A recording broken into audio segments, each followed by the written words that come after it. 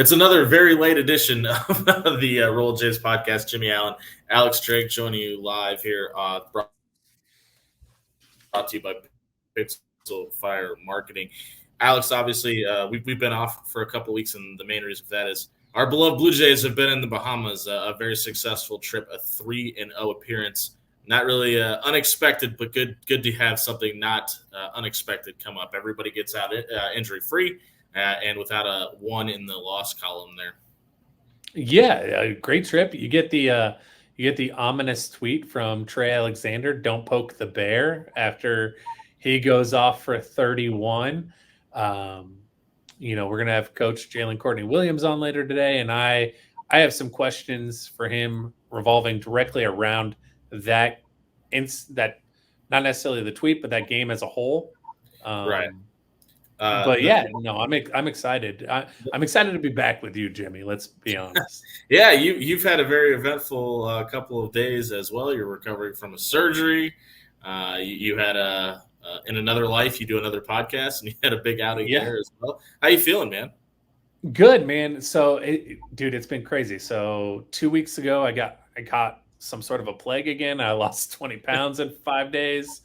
And then on Thursday, I had the neck surgery where basically I was awake for the whole thing. I don't remember any of it, but I had 8 needles shoved in the back of my neck, and they burned some nerve endings to turn off some pain receptors.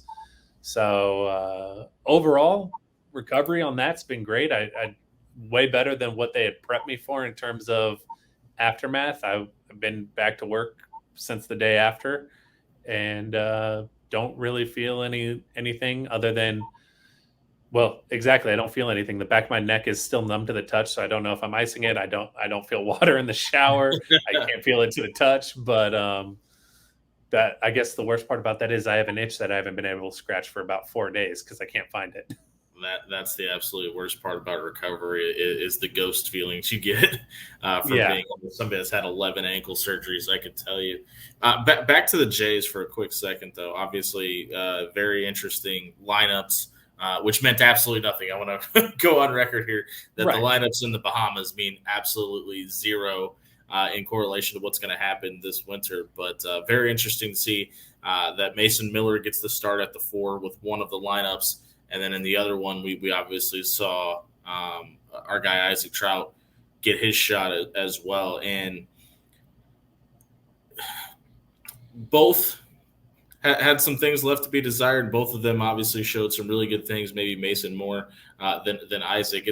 That position is going to be really interesting. But despite whatever happens this summer and then this offseason leading up into the winter, I really don't expect to see anything relatively close to what we saw a year ago, where it's like, here's your 5 guys, and you might get 7 minutes off the bench. Whoever is that first guy off the bench, I think is going to be asked to get 15 to 20 minutes almost every game this year. Yeah, and I think more so than last year too. Every guy that you're expecting contributions from off that bench is going to be able to play multiple positions, which is going to lead to those extra minutes, right? I mean, Mason Miller is going to be able to slide into 3. Isaac Trout will be able to slide to the 3 potentially, and the 5 in certain lineups. Jonathan Lawson can play multiple positions too. Does it kind of feel to you that the 3 and the 4 position may be interchangeable in this year's offense? Yeah, 100%. I think the biggest difference you're going to see is on the defensive end, but we've talked ad nauseum about how this staff, this roster has so much more length that you almost might be able to see just switch everything and be a little bit more effective on the defensive end. Now, one thing I'm going back to the Trey Alexander game where he had 31, the game ended up being a little bit closer than we probably would have liked or wanted.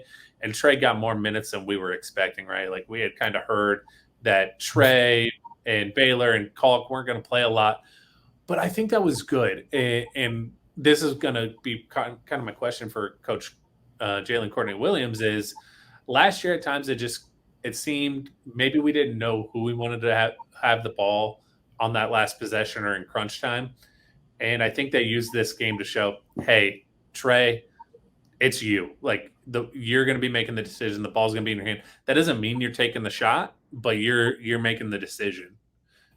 And you get the tweet from him afterwards, and obviously for anybody that hasn't seen the video or didn't get to watch the game on Flow Sports, the opposing team was jawing at Trey Alexander from before the tip-off all the way through the game.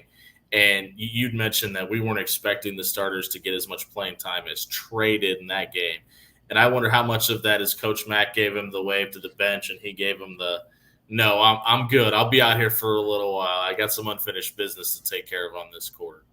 Yeah, 100%. I mean, as a former athlete, I love trash talk, right? As a former basketball player, I love trash talk.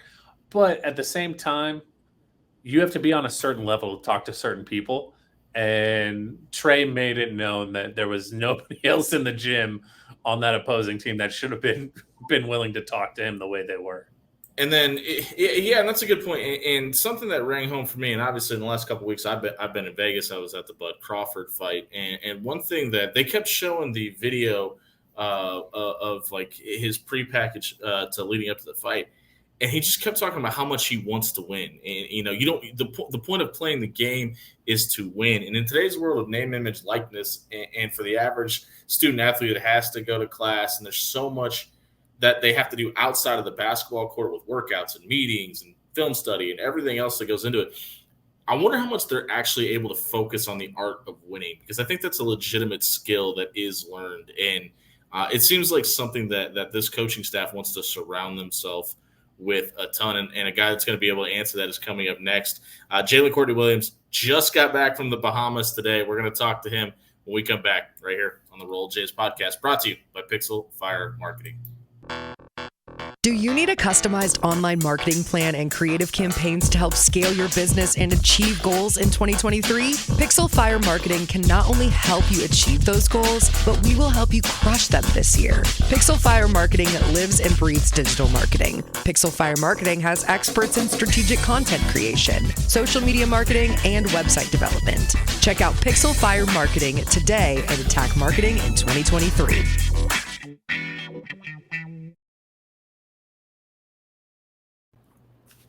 Welcome back into the Roll Jays podcast, brought to you by Pixel Fire Marketing. As promised, Jalen Courtney-Williams, great assistant coach, even down in Mississippi, is joining us today as a traveler of the world. Jalen Courtney-Williams, something like that. Gets back. I gotta imagine your frequent flyer miles are racking up right now. They're getting there. They're not as high as Coach Miller and Coach McDermott just yet. And, Coach Kellogg, but they're getting there. Yeah, the family's going to get a trip to Hawaii here, courtesy of an airline, very soon. We appreciate your time today. Obviously, big ticket item is you guys just got back from the Bahamas. Overall experience, how great was it? It was incredible. And it started with the practices that we got leading up, just the opportunity to introduce our new guys to what we do and how we do it. Be it the freshmen or the transfers. And then, even the returners kind of in their new roles. And all of them have new roles. Even Trey and Baylor and Kalkbrenner, their roles have gotten bigger. If you could imagine that. But it was great starting there. And then we had some good games, an opportunity to put the guys on the floor. Guys got minutes, teachable minutes. We got film. And then we had an opportunity to spend time with each other, man, away from Omaha, in some sunshine and some pool and beach water. Yeah, those trips are always big. Like the team camaraderie away from the home territory is huge. Yeah. Coach, there's a specific game I want to ask you about while you guys are over there. Trey Alexander goes off for 31. Sends out a little tweet after the game, don't poke the bear. But leading up to it, we had kind of heard from the staff, probably not going to see a ton of Trey and Baylor and Kalk, but sure.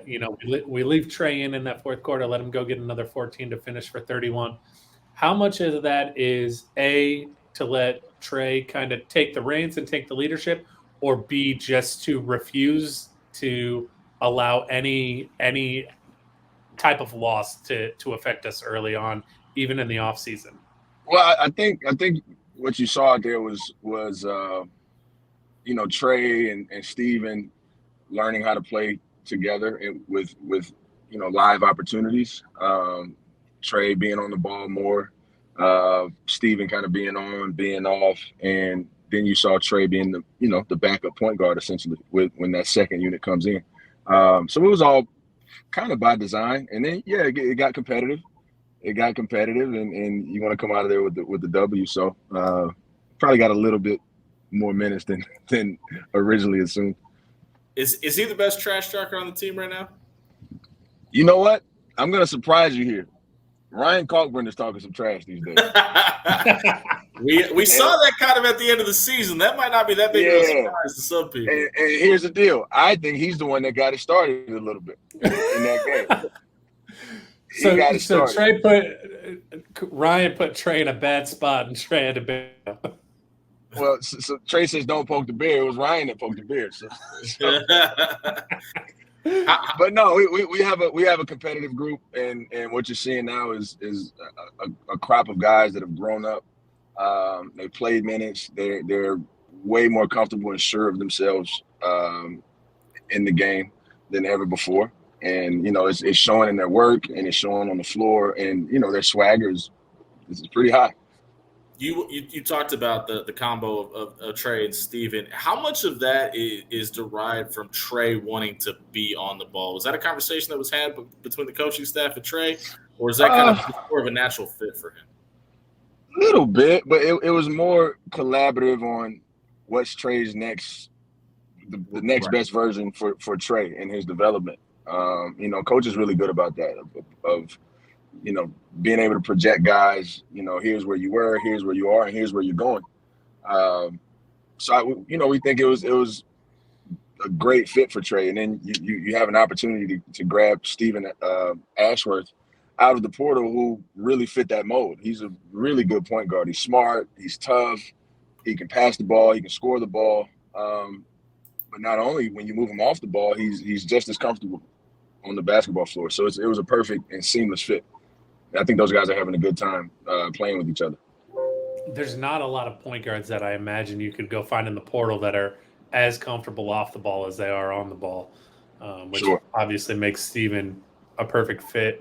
Sure. Coach, leading into the season, last year at times there were some questions, maybe from us specifically, but to the untrained eye, and especially when we were having that down run in close games where at times it appeared to people that we didn't really know who we wanted the ball, who we wanted to have the ball on those last couple of possessions in crunch time.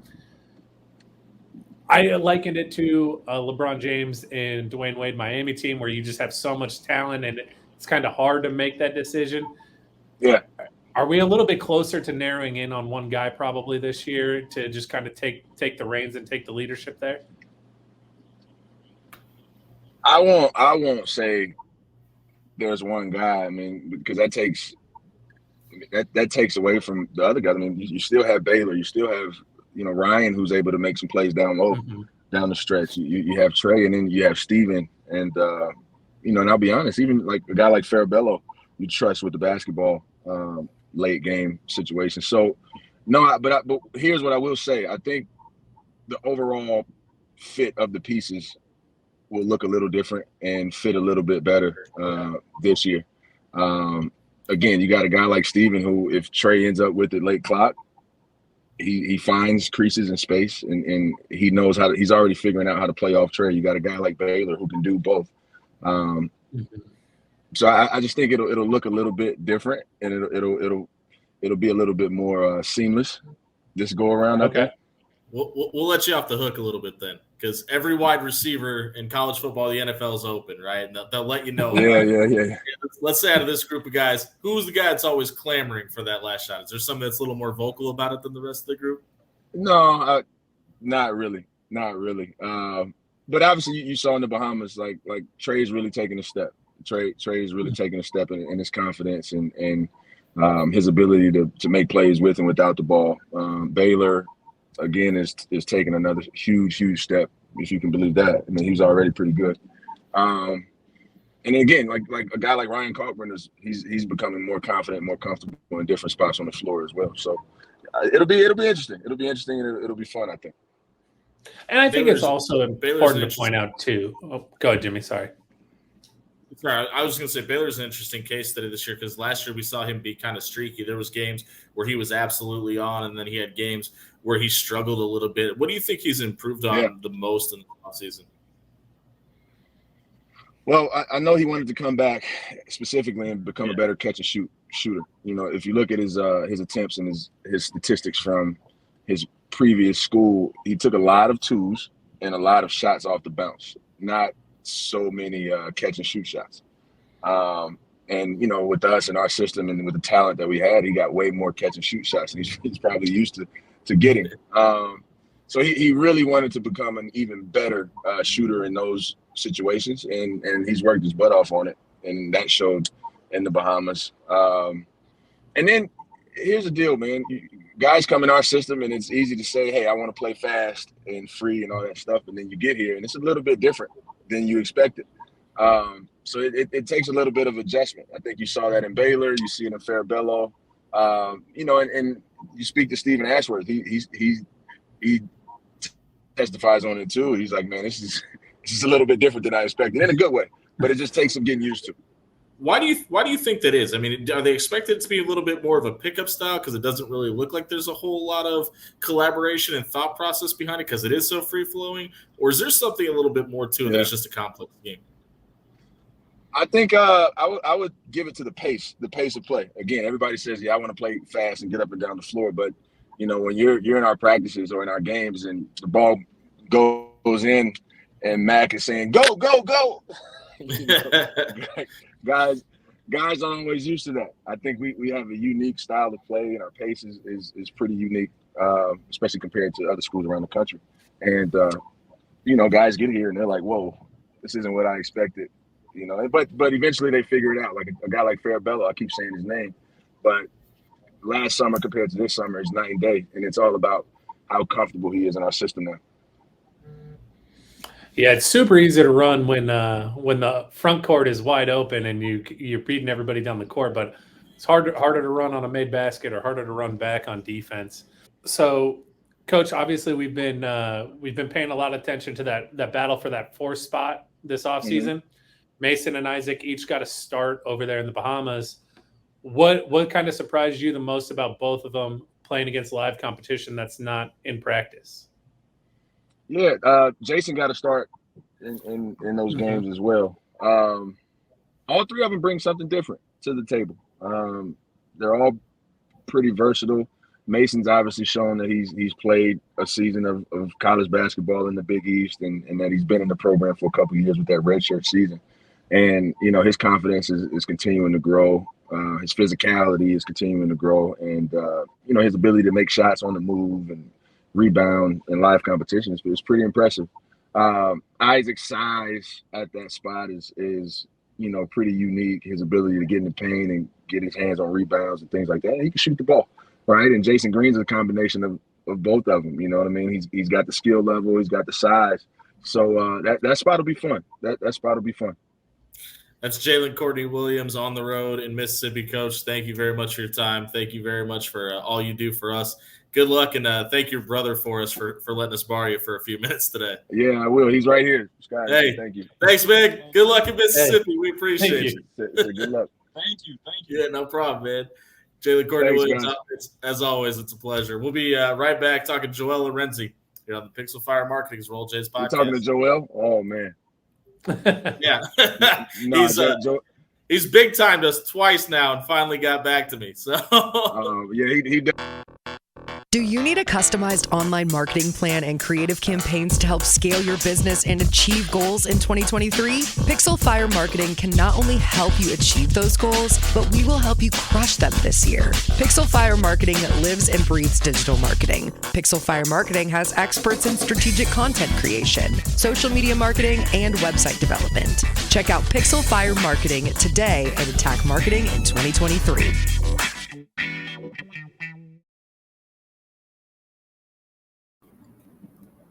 Welcome back into the Roll Jays podcast, brought to you by Pixel Fire Marketing. Myself, Alex Drake, now relocated and rejoined by Joel Lorenzi from the Omaha World Herald. Joel, thank you very much for taking time out of a very busy summer. We appreciate you being here. Always, guys. Happy to be here. Hey, we just got off with Jalen Courtney-Williams. He had nothing but negative. Yeah, he had nothing but negative things to say about you. Do you have a rebuttal? Well, I'm not surprised. And second of all, he should be doing his job. So he said nothing but nice things. I just wanted to see if you would buy it. Obviously, those guys just got back from the Bahamas. A ton of stuff came out of there. Not very noteworthy lineups. Did you make anything out of the starting five rotation that they had for those 3 games? Not necessarily rotations, but I mean, I think there were observations that can translate over to the actual season. Even though, a lot of that you should probably just should go in one ear and out the other, and just take it with a grain of salt. But in terms of rotations, I did think it was interesting the one game that Trey Alexander, his last game there, that he played basically starter minutes, which I think that was probably by far the most minutes anybody played in any game out there. And I just thought that was interesting because he had a rough game 1, and then they put him in game 2, and obviously he was hot. But you got to see kind of what he'll be like in that second unit, leading that offense, which is something we kind of saw last year. That's how they tried to use him last year with that second unit as a combo guard. And then in the first unit, you kind of got to see how he and Ashworth play off each other. We asked Jalen if there was anything to do with the trash talk that was happening. He smiled and said no. Well, we got the tweet from Trey, the "Don't Poke the Bear" tweet. How much of that do you think it was Trey just saying, "Hey, I'll stay out here and maybe finish some business before I come to the bench"? Probably some. He probably felt he could have used it after that first game because he Sure. really couldn't find it that first game. And I mean, granted, like they didn't need him to. That first game was a breeze, and you're throwing. I mean, I think Brock Weiss had a double that first game, so right. He really didn't need it. But I'm sure he felt like, okay, like let me get some get back, and I'm sure that the talking probably egged him on. So. Joel, Coach Courtney-Williams was talking today about how well Stephen Ashworth was also playing off the ball and letting Trey play a little more on the ball while they were down there. Does that surprise you at all with him being a more natural point guard? No, I think, and Max said it himself in one of the pressers during their summer sessions. Is he's more accustomed to, and people are starting to see. Not fully yet, but they started to see some of the signs of the differences between Nembhard and Ashworth, and what you'll miss with Nembhard and what you'll maybe like about Ashworth. So Ashworth, he said it. Ashworth is a guy who spent a lot of his life, playing off the ball as a shooter and coming off screens. And even last year, he wasn't even starting the full year last year for Utah State. It's just a guy that, between the shot making and everything else, just the versatility. So on the ball, off the ball is a guy that they couldn't keep off the floor. And so now you're starting to see, obviously, Nembhard could get you a bucket late in the clock, could ISO, could get to the rim, was getting paint touches, which is something you'll miss.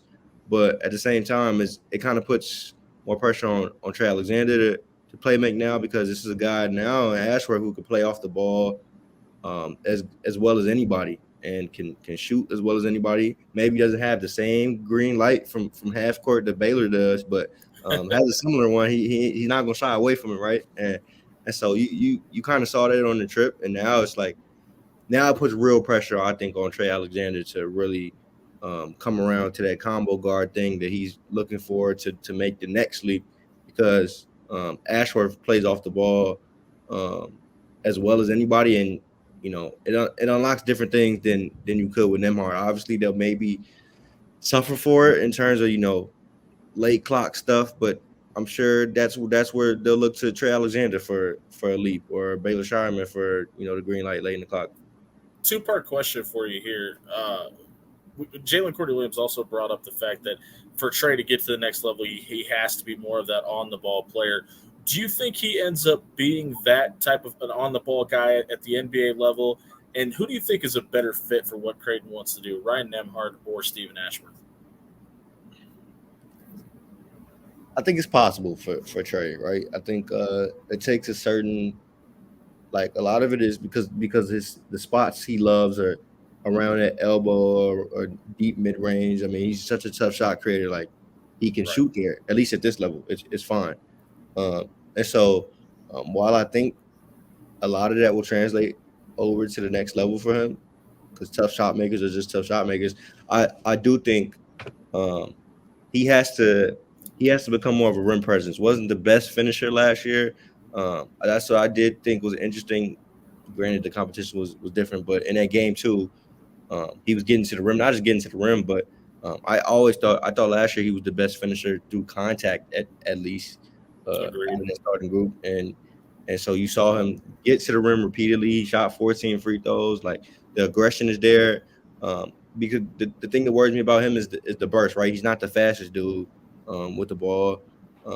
He got some twitch to him, but it's not the craziest, right? And that's what you'll see more commonly in NBA athletes. And so he has to make up for it with, his handle and, Creativity. creativity and unconventional drives, right? Like kind of how Shea Gilgeous makes up for that lack. Right. Like a Luka, obviously these are different type of basketball players, but He's athletic, not elite.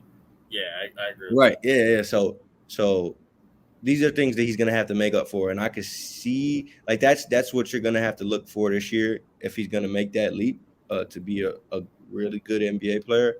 Because that's, I think, what's missing most. But yeah, I think it's possible. I mean, you saw flashes in that game. Whether he could do it against Big East talent is what I think will determine it. And then the second question, I think Obviously, Ashworth. very small sample size so far from Stephen Ashworth. So hard to say for sure one or the other. But yeah, go ahead.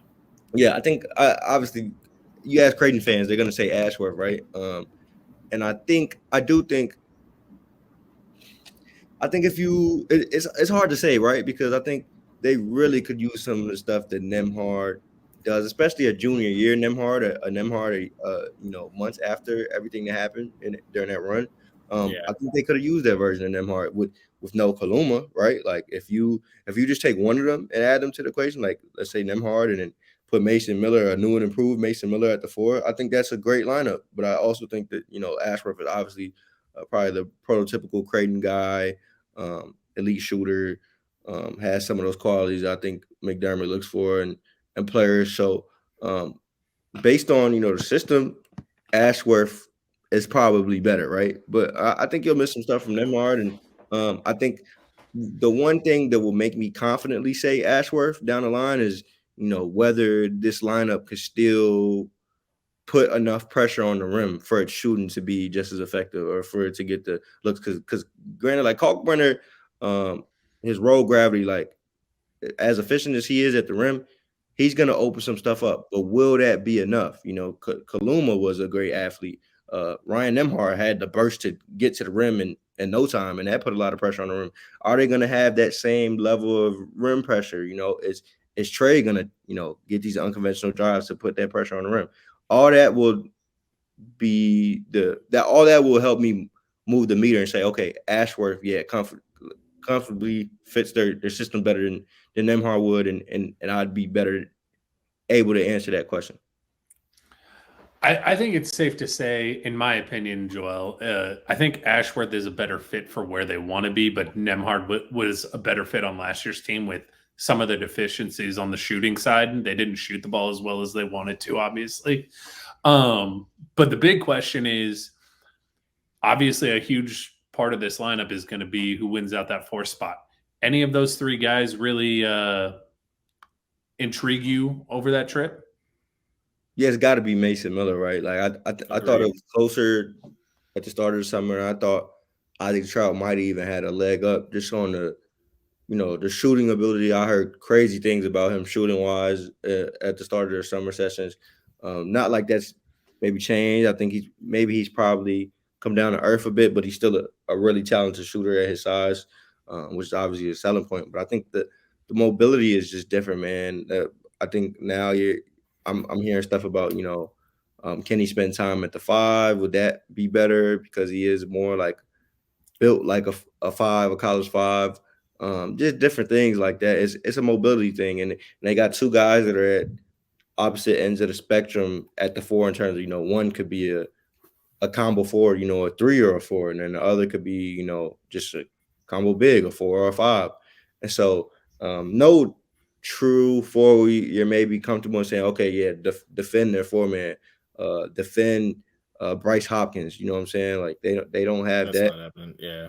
But I think out of the two right now, in terms of mobility, what the versatility on offense, what they unlock, it looks like Mason Miller, because obviously what people have always harped on was the athleticism, the shooting, and how he can combine them. And now I think you're seeing a more confident guy you could put him at the elbow.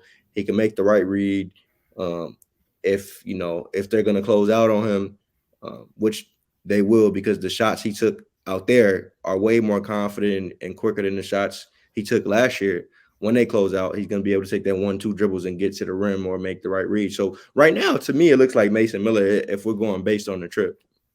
Joel Lorenzi from the Omaha World Herald joins us here on the Roll Jays podcast. A lot of times last season we saw Mac become, I don't know if frustrated was the right word, but clearly not overly thrilled with some of the ways that either, whether it be Arthur Kaluma or Mason Miller or Francisco Farabello, lacked the ability to get to the rim kind of explosively. And you've kind of already brought that up this season. And if you're looking for that out of that 4 position, do you think Jonathan Lawson fits that role a little bit better? Or do you think that Mason Miller is the key guy if you're looking for a 4 that can get to the rim or shoot it from the outside? Yeah, I think it kind of has to be Mason Miller, because Lawson isn't a great athlete either. Not only that, he was a pretty poor finisher last year based on the numbers, and obviously he's still a young player that can change. Right. He has a good frame for it if he wants to be eventually a solid finisher. But as it stands, like Mason Miller, obviously they're different vertical athletes. Mason Miller probably has the best vertical on the team, and I think he just stands. He's more of a threatening shooter as it stands.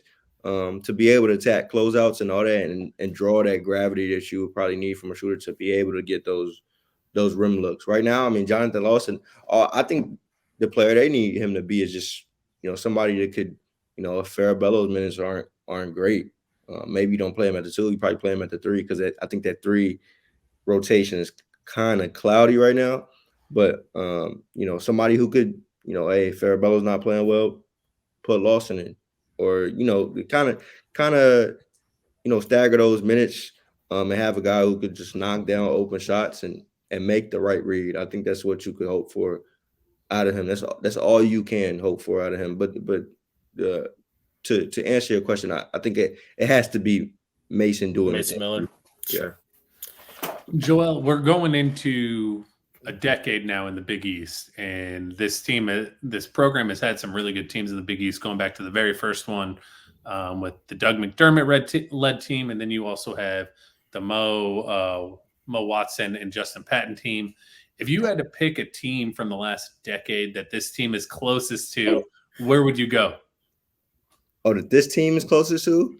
In terms of what, talent or capability? Just what to expect. Like, for me, obviously, I don't put them with the Doug McDermott team because you don't have an Ethan Wragge 5 shooting the ball like that, right? Like, but they're not. I don't think Kalkbrenner's quite as explosive as Justin Patton, but it's probably a lot closer to that team than with that rim roll. Yeah, man, I don't know. Is it a possibility they stand alone? Well, I'm not sure this is their best team yet, if I'm being honest. Wow. I haven't seen it yet. Okay. I don't know. I think I don't know. I mean, that Patton team was going to be very good if they didn't get bit by the injury bug. Yeah, and you asked me another day, I might say that was their best team yet, even though last year was to me their best season yet. But I'll make this point. We're going to look back in hindsight, and I know people hate them hard now because of his decision, and people didn't like Kaluma anyway because they didn't think he was the best fit. But that team was probably, you look at the starting lineup, obviously they weren't deep. But the starting lineup, that's probably the best starting lineup, the most talented starting lineup they've had. It'd be hard to argue. It'd be hard to argue it. They were a heartbeat away from a Final Four appearance. And I like those Justin Patton, Mo Watson teams, but I don't know, man. So I think you have to put this team like somewhere in between. Like they're all like like 1A, 1B, 1C, I think, in terms of talent. Like I can't say one is necessarily worse than the other. I think it obviously it would be easier if, you know, that team played out its whole, you know, season and whatnot. But it's too many what ifs, man. And I can't argue against last year's team because they went to the Elite Eight. They had the best season in program history. Yeah, you're 30 seconds away from a Final Four last year too. Yeah, so you can't argue with that. We're just under 90 days away from the season when this drops. And do you have any grasp on what your expectations are out of the Big East this year? Who you think has a shot at winning the Big East regular season or tournament titles? Wow, not the awards. I just think it's going to be a great league. I think we're at the best time in a long time for this league. Like, and maybe the hype surrounding it now, because there is this crazy hype high around expectations. Yeah, high expectations now because of last. I mean, I think we know who Defensive Player of the Year favorite is, right? It's got to be Kalkbrenner again. Yeah. I won't argue with that. But yeah, I just think it's a great time for the league. Not just, you know, play style, but the new faces you bring in, the coaches. I just think it's very, obviously I wasn't even alive back then, but it's very reminiscent of, you know, the 80s, 90s, the golden eras of the Big East, because I think you've got those personalities now. You got the basketball and the talent to match. And I think it's going to be a crazy year for this league. And if I had to try to guess awards, I mean, I don't know. Big East Player of the Year is so dependent on who's first seed or, you know, up there. And I honestly couldn't tell you the order of the conference right now. It's that much of a, you know, it's a ton of parity. Order. Yeah, it's a ton of parity. It's unbelievable. I mean, every day I'm changing my mind. You know, who's the best team in the league. I probably thought Creighton was higher to start the summer, but I mean, you got UConn, you got Marquette. I think people are probably sleeping on Providence. You got all these teams in the league that are like gonna make noise and punch. Villanova's healthy. Villanova, man, like people are asleep. Villanova is going to be my pick for most improved team. Oh, they better be if they're healthy. I mean, it'd be kind of hard for them not to be at this point. Yeah, and Tyler Burton probably gets some type of award, or if they do well, Justin. I know voters love Justin Moore, so it's like I know somebody over there is getting an award. I can't predict the awards right now, but I could just tell you that it's going to be a crazy, crazy year for the league. That's Joel Lorenzi from the Omaha World Herald. Joel, thank you very much. We'll catch up with you in a couple weeks. We appreciate your time, brother. Yes, sir. Appreciate you guys.